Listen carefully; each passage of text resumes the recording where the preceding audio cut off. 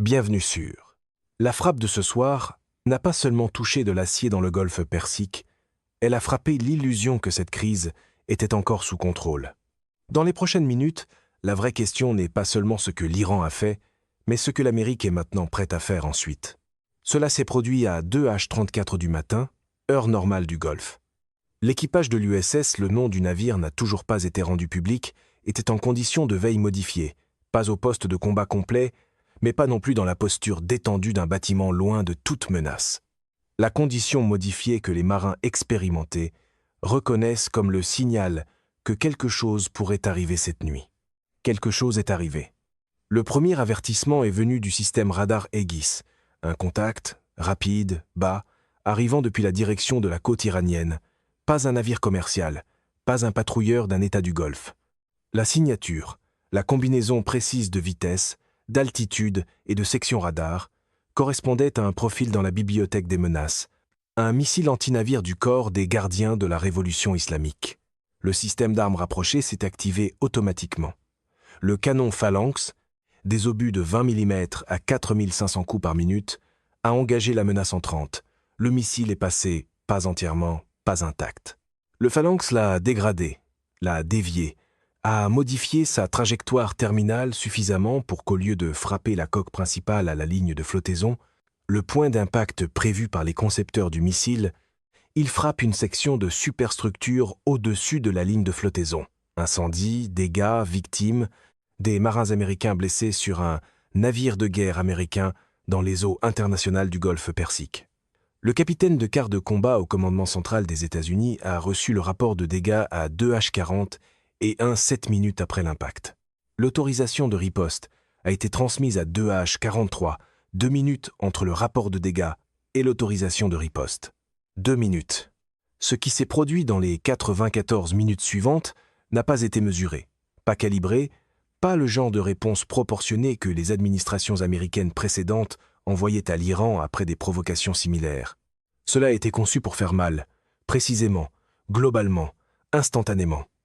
L'Iran a frappé un navire de guerre américain. L'Amérique a riposté. Des choses ont brûlé.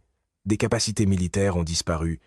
Et les prochaines 48 heures détermineront s'il s'agit de l'ouverture d'un échange beaucoup plus vaste ou du moment où l'Iran a enfin compris ce que coûte réellement le franchissement de cette ligne. La séquence compte précisément parce qu'elle révèle la chaîne de décision des deux côtés. Et cette chaîne de décision en dit plus que l'événement lui-même. Le missile qui a frappé le navire de guerre américain n'a pas été tiré spontanément, pas par un commandant de bateau du corps des gardiens de la révolution islamique qui aurait pris une décision indépendante dans l'obscurité. Des lancements de missiles antinavires de ce type depuis des batteries côtières fixes sur la rive iranienne exigent une autorisation d'un niveau de commandement nettement supérieur à l'unité de tir. Quelqu'un à Téhéran, dans la structure de commandement du corps des gardiens de la révolution islamique, à un niveau relié aux hauts dirigeants, a autorisé le lancement. Cette autorisation a été donnée, le missile a été tiré, et lorsqu'il a frappé un navire de guerre américain, il a franchi un seuil sur lequel chaque commandant militaire américain de la région avait été briefé avant même de quitter le port. Le briefing utilisait un langage précis. Si du sang américain est versé sur des bâtiments navals américains par une action iranienne dans le Golfe, la réponse ne sera pas mesurée par rapport à l'incident individuel. Elle sera mesurée par rapport au schéma accumulé du comportement iranien et aux options de riposte permanentes qui ont été planifiées à l'avance, ciblées à l'avance et préautorisées précisément pour ce scénario. Ces options de riposte planifiées à l'avance, ciblées à l'avance et préautorisées, étaient dans un système de ciblage, en attente. À 2h43, elles ont cessé d'attendre. Avant la riposte, avant ce qui a brûlé, ce qui s'est effondré, et ce qui a disparu de la capacité militaire iranienne dans les 94 minutes qui ont suivi, les personnes comptent, parce que cette histoire est racontée comme un événement militaire et stratégique, et elle est bien ces deux choses.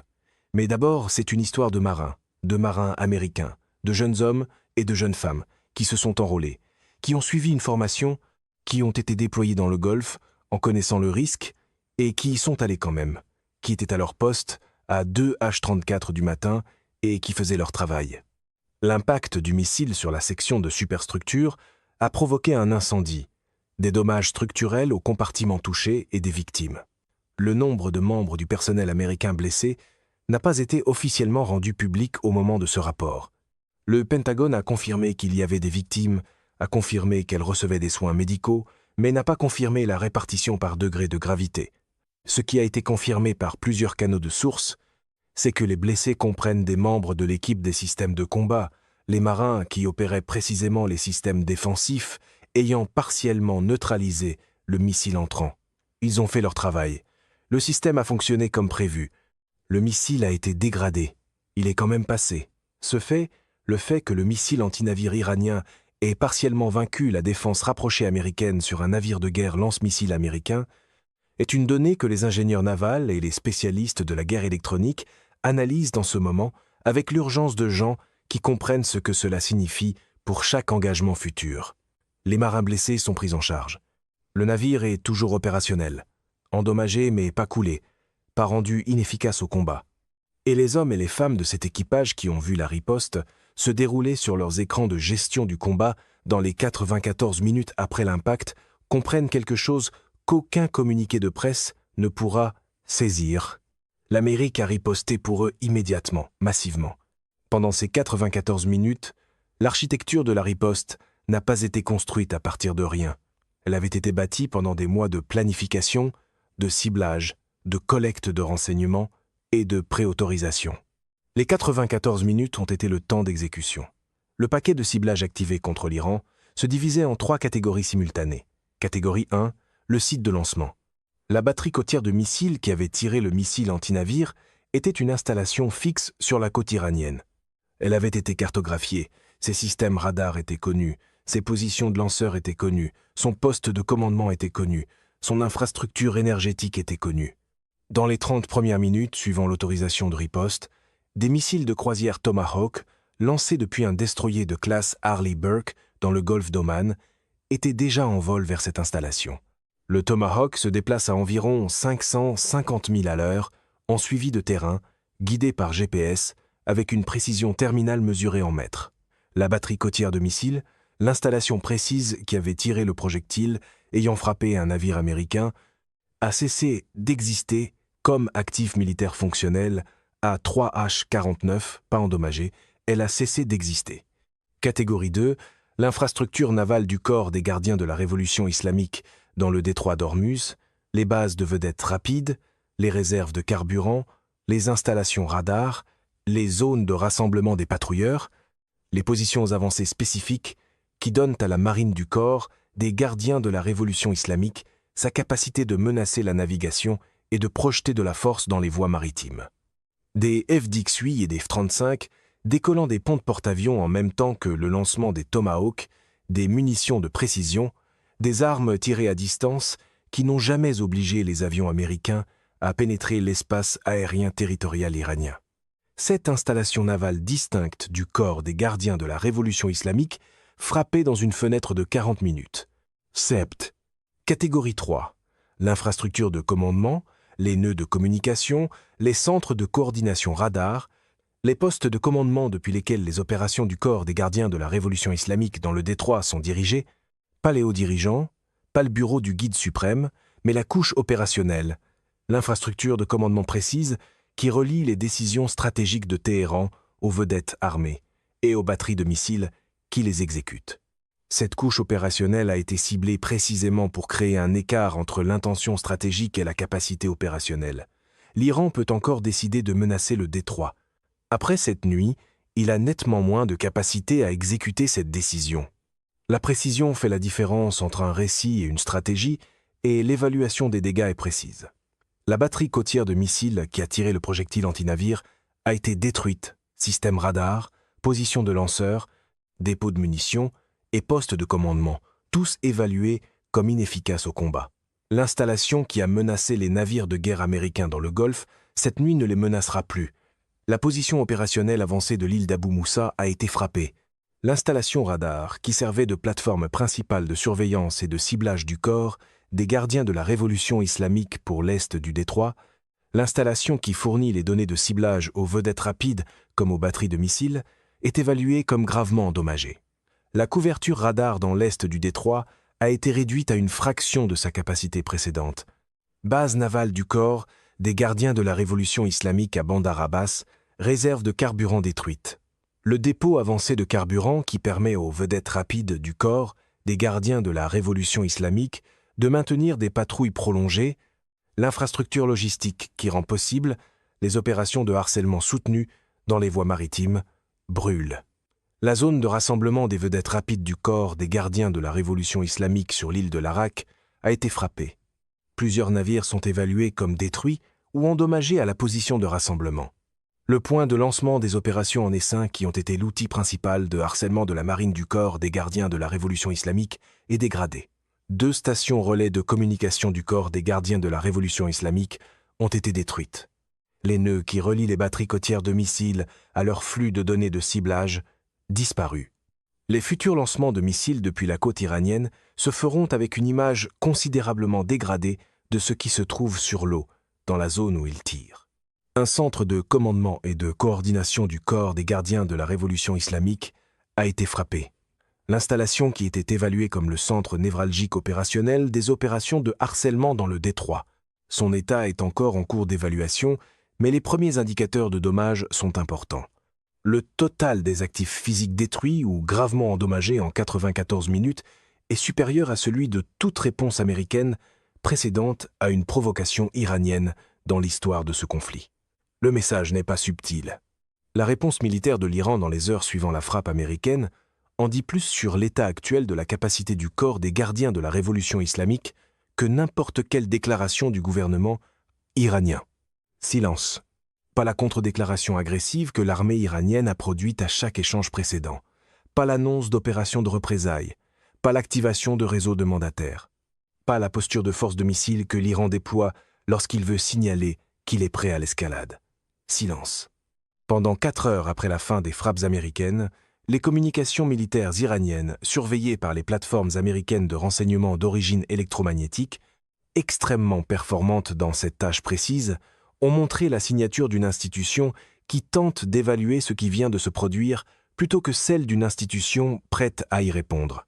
Ce processus d'évaluation est lui-même un indicateur militaire. Lorsqu'un commandement militaire a besoin de 4 heures ou plus pour évaluer les dégâts et formuler une réponse à une frappe contre sa propre infrastructure, cela signifie que la frappe a perturbé le système de commandement au point que les processus normaux d'évaluation ne peuvent pas fonctionner à leur vitesse normale. Les nœuds de communication détruits n'étaient pas périphériques.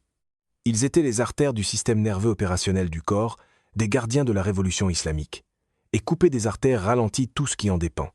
La première réaction des médias d'État iraniens a été de signaler des explosions à proximité d'installations militaires et de les attribuer à des causes techniques. Des causes techniques, les missiles américains Tomahawk et les munitions de précision lancées depuis les airs ne sont pas des causes techniques, mais le fait que les médias d'État iraniens utilisent ce cadrage dans l'immédiat après coup montre que le régime gagne du temps. Il décide comment présenter ce qui s'est passé à la consommation intérieure et internationale avant de s'engager dans un récit qui pourrait limiter ses options suivantes. Un régime qui sait exactement ce qu'il veut faire ensuite n'a pas besoin de gagner du temps. Le président des États-Unis a publié un message sur Truth Social à 5h17, heure de l'Est. Le message n'était pas long. Les communications les plus lourdes de conséquences de Trump le sont rarement. Quand la politique est emballée dans une publication sur Truth Social, l'emballage peut être théâtral, mais les conséquences, elles, n'attendent pas exactement les applaudissements. Le fond était que l'Iran avait attaqué un navire de guerre américain. Des marins américains avaient été blessés. Les États-Unis avaient répondu immédiatement et de manière décisive. La réponse était proportionnelle, à la menace que représente l'Iran, pas à l'incident individuel. Puis est venu l'avertissement. Si l'Iran mène toute autre action militaire contre des navires, du personnel ou des alliés américains dans la région, la prochaine réponse ne visera pas l'infrastructure militaire. Elle visera l'infrastructure énergétique, les champs pétroliers, les raffineries, les terminaux d'exportation, le fondement économique de l'État iranien. Trump n'a pas utilisé le mot « avertissement ». Il a utilisé l'expression « la prochaine étape ». Dans le langage de Trump, même un avertissement doit ressembler à une transaction immobilière avec des missiles inclus. La prochaine étape, dans le style de communication de Trump, particulièrement dans le contexte de ce conflit, n'est pas un langage aspirationnel. C'est un langage opérationnel. Il décrit ce qui a déjà été décidé, pas ce qui est envisagé. Les paquets de ciblage visant l'infrastructure énergétique iranienne existent depuis des mois. Ils ont été mis à jour à mesure que l'image du renseignement sur ces installations a été affinée par la collecte américaine de renseignements, de surveillance et de reconnaissance tout au long de cette confrontation. Trump vient de dire à l'Iran que ces paquets sont autorisés à être exécutés si l'Iran tire encore. Et puis il a dit quelque chose qu'aucune de ses déclarations publiques précédentes sur l'Iran n'avait formulé aussi directement. Il a dit que les marins américains blessés ce soir recevront les meilleurs soins médicaux disponibles et que chaque responsable iranien impliqué dans la décision de tirer sur un navire de guerre américain devrait comprendre que sa décision a des conséquences qui dépassent la réponse militaire déjà livrée. Cette dernière formule, la responsabilité personnelle appliquée à des responsables iraniens précis, est une menace d'un autre type que le ciblage d'infrastructures. L'élément qui change tout dans la compréhension des événements de cette nuit, c'est l'horloge nucléaire iranienne. Elle était à 12 jours avant cette nuit. Le délai de percée, la période estimée pour produire assez d'uranium de qualité militaire pour un engin nucléaire, s'est réduit tout au long de cette confrontation. Pendant le cessez-le-feu que l'Iran a rompu, pendant les frappes contre les infrastructures qui ont suivi, pendant cette nuit, les centrifugeuses ne se sont pas arrêtées. L'enrichissement n'a pas été suspendu. Et le lien stratégique est ce que les planificateurs américains analysent en ce moment, en temps réel. La décision de l'Iran de tirer un missile anti-navire sur un navire de guerre américain, une décision qui exigeait une autorisation à un niveau élevé du corps des gardiens de la révolution islamique, a pu être été prise précisément pour tester le seuil de réponse américain, pas pour déclencher une guerre totale, pour tester, pour savoir comment l'Amérique répond à une action cinétique directe contre ses forces navales. Les données que l'Iran a recueillies à partir de la réponse américaine de cette nuit, la vitesse, le choix des cibles, les types d'armes, l'ampleur des représailles, alimentent directement le calcul iranien quant à savoir s'il faut accélérer vers le seuil nucléaire avant la confrontation militaire qu'il peut maintenant voir approcher. Si la réponse américaine avait été limitée, si les représailles avaient été chirurgicales et contenues, l'Iran pourrait calculer qu'il a le temps d'atteindre le seuil avant l'exécution de l'option de frappe complète. Si la réponse américaine a été assez globale pour signaler une réelle volonté d'escalader bien au-delà de ce que l'Iran peut absorber, le calcul se déroule autrement. La réponse de 94 minutes a été conçue avec ce calcul en tête. Pas seulement pour punir le lancement, mais pour informer la décision nucléaire iranienne. Cette installation en 94 minutes, ce n'est pas une réponse proportionnée mesurée. C'est une démonstration de ce à quoi ressemble une réponse globale. Et le message implicite est que le calendrier nucléaire est plus court que ce que l'Iran pense. Pas à cause de ce que l'Amérique a fait cette nuit, mais à cause de ce que l'Amérique est prête à faire avant que l'Iran ne franchisse le seuil. La posture des forces américaines dans le Golfe dans les heures suivant la frappe compte, parce que les changements de posture militaire sont la façon dont l'armée communique dans un langage que les mots ne peuvent pas entièrement saisir.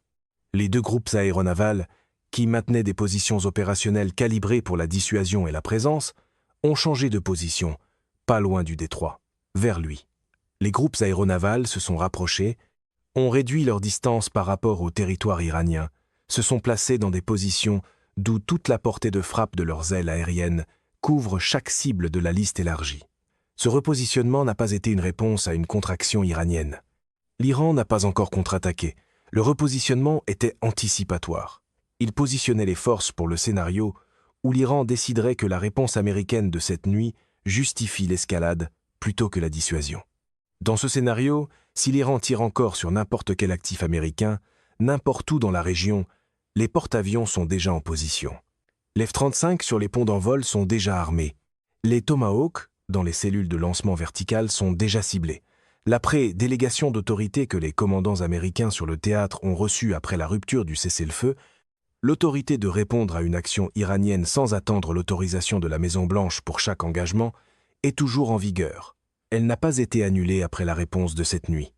Selon plusieurs canaux de sources, elle a été élargie dans sa portée. Les commandants américains dans le Golfe disposent maintenant d'une autorité plus large pour répondre à une action militaire iranienne qu'à n'importe quel autre moment de cette confrontation. Cet élargissement de l'autorité déléguée, est l'équivalent militaire de charger une arme et d'en retirer la sûreté. Tout est prêt. La décision de l'utiliser a déjà été prise. La seule variable est de savoir si l'Iran fournit le déclencheur. Depuis l'intérieur de Téhéran, Les décisions prises en ce moment sont de vraies décisions, sous une vraie pression, avec de vraies contraintes.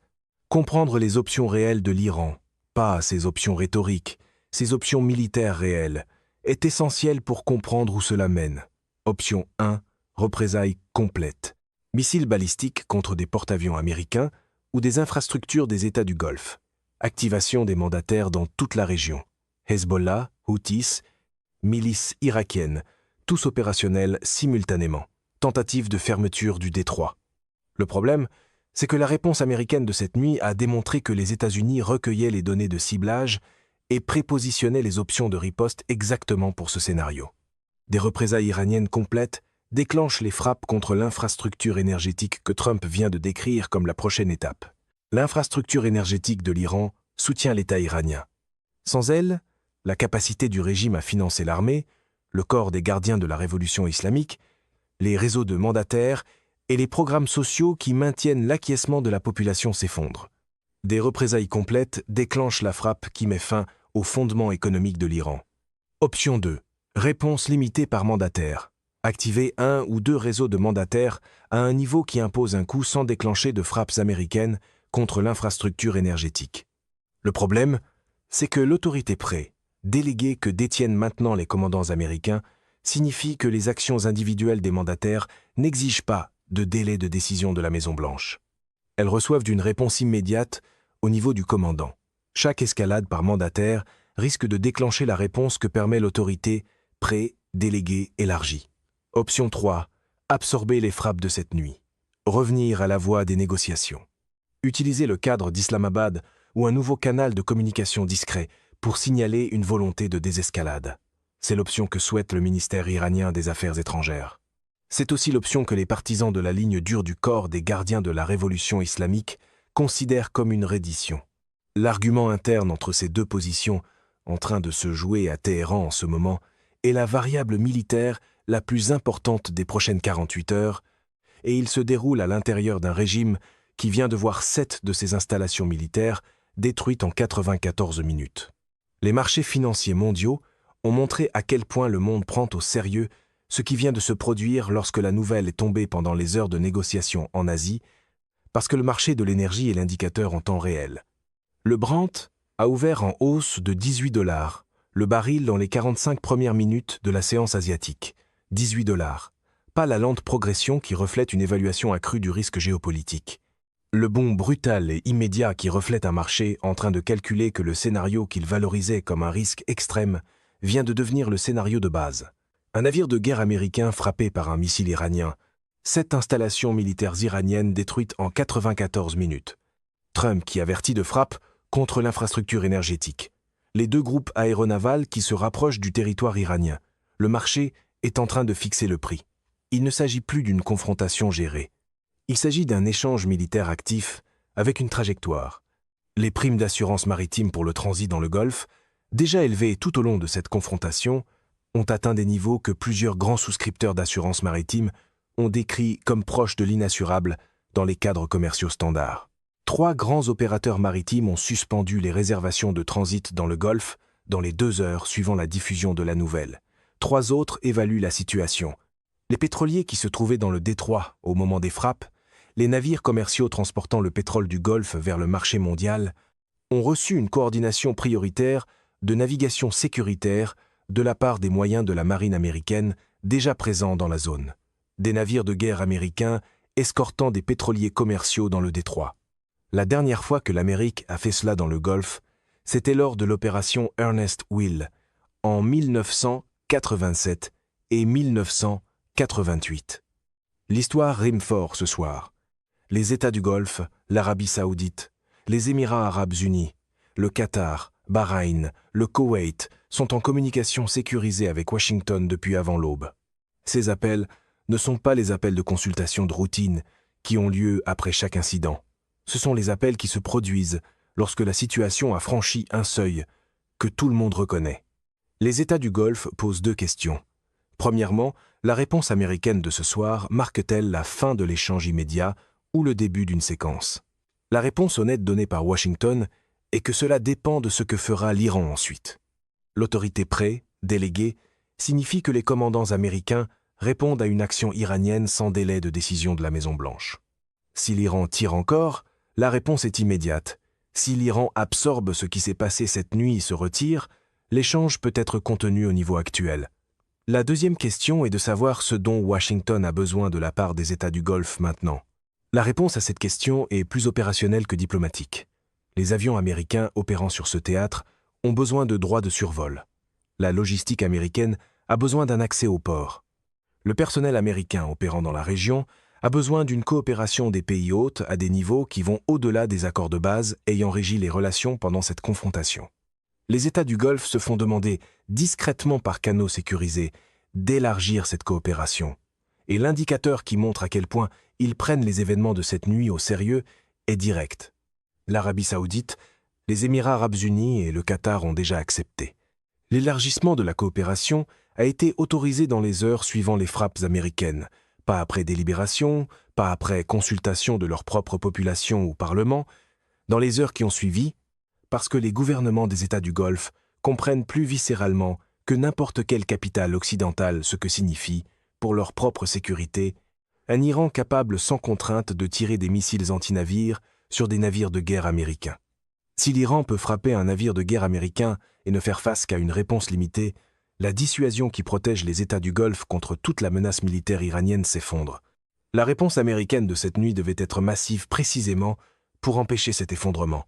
Les États du Golfe le comprennent. Ils fournissent la coopération qui rend possible la prochaine phase. Les prochaines 48 heures détermineront la direction de cet échange. Dans les 12 premières heures, la décision initiale de réponse de l'Iran.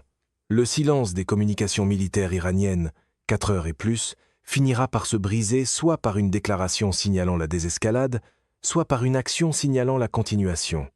Si le corps des gardiens de la révolution islamique tire encore, donc sur n'importe quel actif américain, n'importe quel actif d'un État du Golfe, n'importe quel navire commercial, l'autorité près, déléguée s'active. La réponse est immédiate, et elle est mesurée par rapport à la liste élargie de cibles, pas à l'incident individuel. Si le corps des gardiens de la révolution islamique se retire, si le ministère des Affaires étrangères gagne l'argument interne et que la réponse de l'Iran est diplomatique, l'échange immédiat peut être contenu. Contenu ne veut pas dire résolu. L'horloge nucléaire est toujours à 12 jours. Le blocus continue. Les pourparlers d'Islamabad sont encore techniquement vivants, mais blessés. Dans la fenêtre de 12 à 24 heures, l'évaluation des dégâts causés par les Tomahawks se complète. Les plateformes américaines de renseignement, de surveillance et de reconnaissance, les satellites, les avions de reconnaissance, la collecte de renseignements d'origine électromagnétique, construisent en ce moment l'image des dégâts après frappe. Cette image sera présentée au commandant et à la Maison-Blanche, avec des détails précis sur ce qui a été détruit, ce qui a été endommagé et ce qui reste opérationnel du côté iranien. Si cette évaluation révèle que des cibles précises de grande valeur ont survécu aux frappes initiales, si le paquet de ciblage a laissé des lacunes que l'image du renseignement comble maintenant, d'autres frappes pourraient suivre avant que l'Iran se soit pleinement reconstitué. Ne pas attendre que l'Iran répare. Fermer les brèches pendant qu'elles sont ouvertes. Dans la fenêtre de 24 à 48 heures, le canal diplomatique discret. Quelqu'un, Oman, le Qatar, le Pakistan, transmettra un message entre Washington et Téhéran qui n'apparaîtra dans aucun reportage public. Ce message contiendra soit quelque chose qui rend possible un retour à la table des négociations, soit il ne contiendra rien qui change la trajectoire. Et s'il ne contient rien, la prochaine étape, que Trump a décrite sur Truth Social, passera de l'avertissement à l'ordre d'exécution. C'est la fin de ce bulletin d'information. N'oubliez compte vous abonner pour ne rien manquer de l'actualité en France et dans le monde. Merci de nous avoir suivis. Au revoir, à bientôt.